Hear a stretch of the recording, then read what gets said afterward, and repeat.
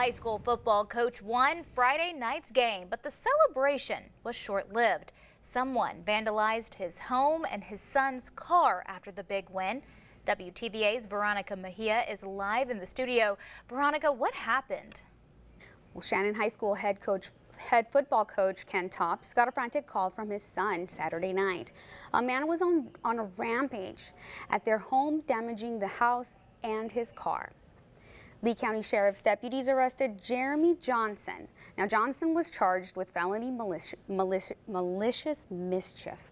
This isn't Johnson's first run with the law, though. Sheriff Jim Johnson says Jeremy Johnson is actually on probation out of Chickasaw County on a kidnapping charge. The Mississippi Department of Corrections has a hold on him. Now, Coach Tops says Johnson used a cinder block to break his windows, and you can still see some of the glass shards on the ground. Now, Coach Tops says Johnson used those cinder blocks to damage his son's car's windshield and the rear window. Both front and back passenger side windows were broken. Even the passenger rear view mirror was damaged. Now, Coach Tops told me this was a case of mistaken identity.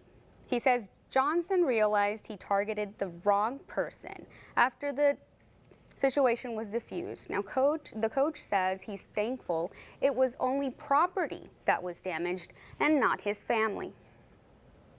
I'm thankful God allowed me to handle the situation like it was, and it made me reflect on, just thinking if more people in the world would try to handle those situations like that. But I do recognize that it was all God. It wasn't me, it was him, because when I drove here, I was not in the spirit of being calm. I was in the spirit of protecting my son. But once I got here, God showed me that it was a different way to handle it. Coach Tops did exactly what, he certainly could have made another choice, and, we could be dealing with a whole different situation. But he did what was right. He guarded his family. He got on the phone with 911. He gave a great description. He worked close with us, and I think that's why the results came out the way that it was.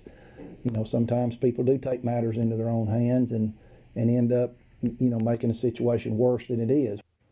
And Coach Tops says he has lived in Shannon for about 12 years and has never seen or met the Johnson man before. Now, he says Johnson agreed to stay on the property and wait for the deputies. Live in studio, Veronica Mejia, WTVA 9 News.